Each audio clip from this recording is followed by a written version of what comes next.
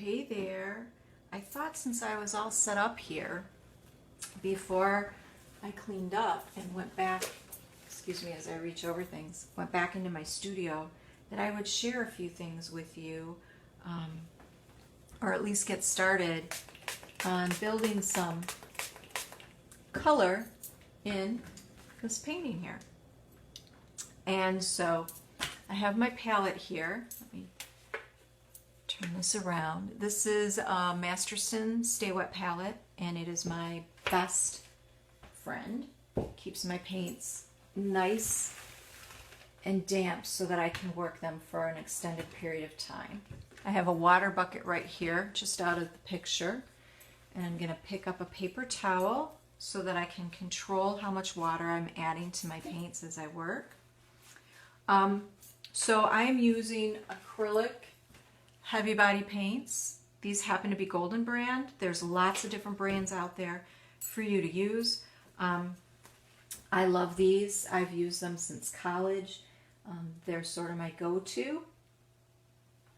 But like I said, there's all sorts of different brands out there for you to use.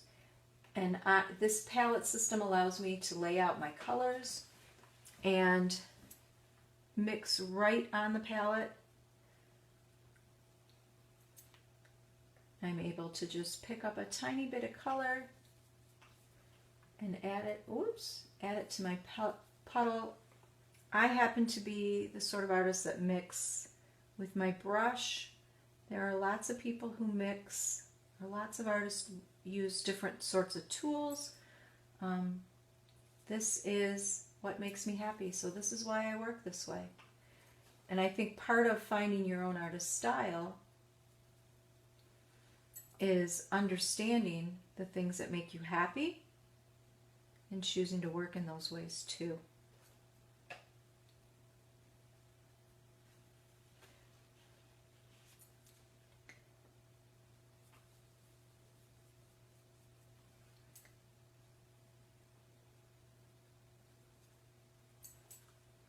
My palette's pretty dry this morning. I think the furnace must be running a lot.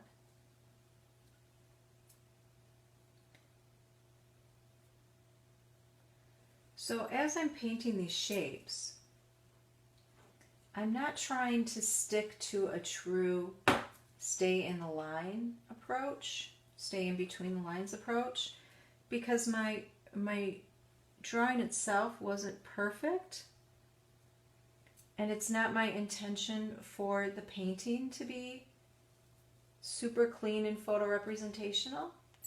So I'm not even going to try to do that with my brushwork. I'm just going to kind of layer it. Look at how pretty that is.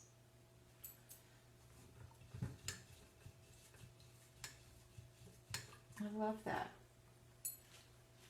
And now I'm going to paint this one over here. I don't know why that little flower called out to me. There's so many flowers in this piece of collage right here. But that little one just really spoke to me.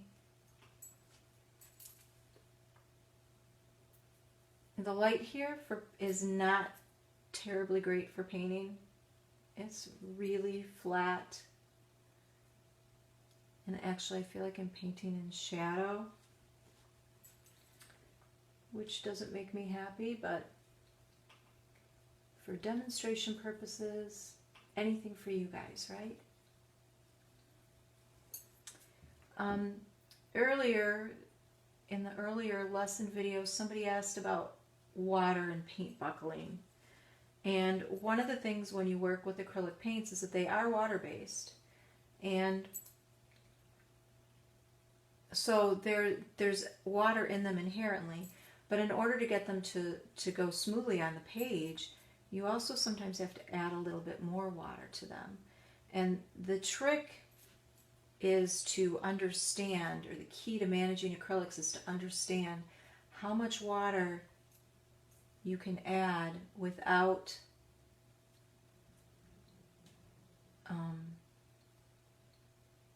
having your watercolor paint or your acrylic paints look like watercolors.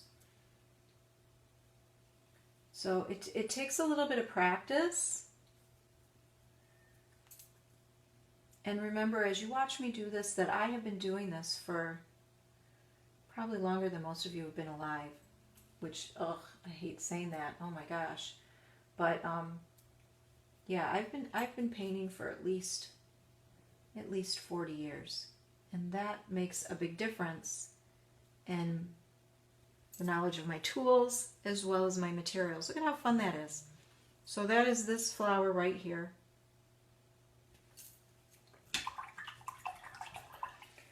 But I only say that because I don't want you to be discouraged if, you know, as you sit down and you start to paint and you're challenged with some things like how much paint to put on your brush and that sort of thing. Those are totally fine, completely natural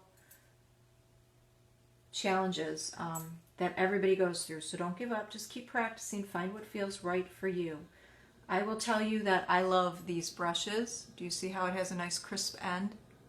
This sort of brush is going to make a world of difference in this kind of marks you can make than a brush that's all, you know how the ends of the bristles, they go, those sorts of brushes are going to make entirely different marks. So, you know, choose a brush that's going to make the kind of mark that pleases you.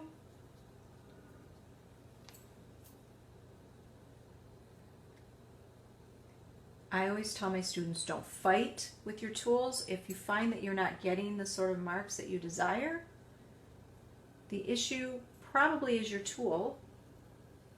So, you know, pay attention to that and change it up. If you have a bunch of different brushes at your disposal, sit down with them one day and see what sorts of different kinds of marks you can get out of them.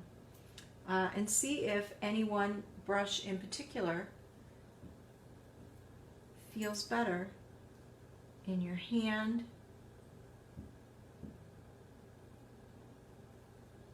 or makes the sort of mark that really pleases you. Now I've happened to follow this red sequin dress here, but I think what I'm going to do is I'm going to actually kind of gray the red out.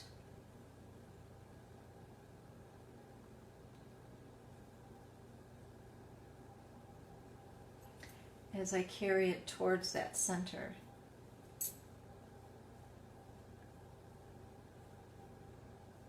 I don't have to follow exactly what's on the painting or on the collage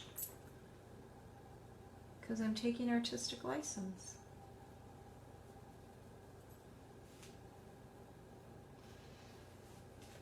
And even though these are all red here, I really like that yellow, so I think I'm going to make them yellow because I can. Now going back to the whole water thing, you'll notice I just changed colors on my palette, but I didn't dip my brush. I didn't dip my brush in the water. That's just me being careful not to bring or introduce a bunch of water. Every time I dip my brush in that water, I'm adding more water to my paint. And that's going to change the properties of the paint and how it covers the page, as well as whether or not it's transparent. Ooh, look at that one. So I am just playing with this right now today, or this right now, because I had everything still set up. Let's put some yellow into this. But I wanted to show you, those of you who are going to dive into adding color to your page, show you a little bit of, or a way to approach it so that it wasn't quite so scary or unknown. If you don't have all the paint colors I have, that's all right. Totally okay. Remember, I'm a painter. Like, that's what I do. That's how I make my living. So I need to have all of these to do my job. While I'm always an advocate for the purchasing of art supplies, I'm not going to ask you to go out and do so under current circumstances.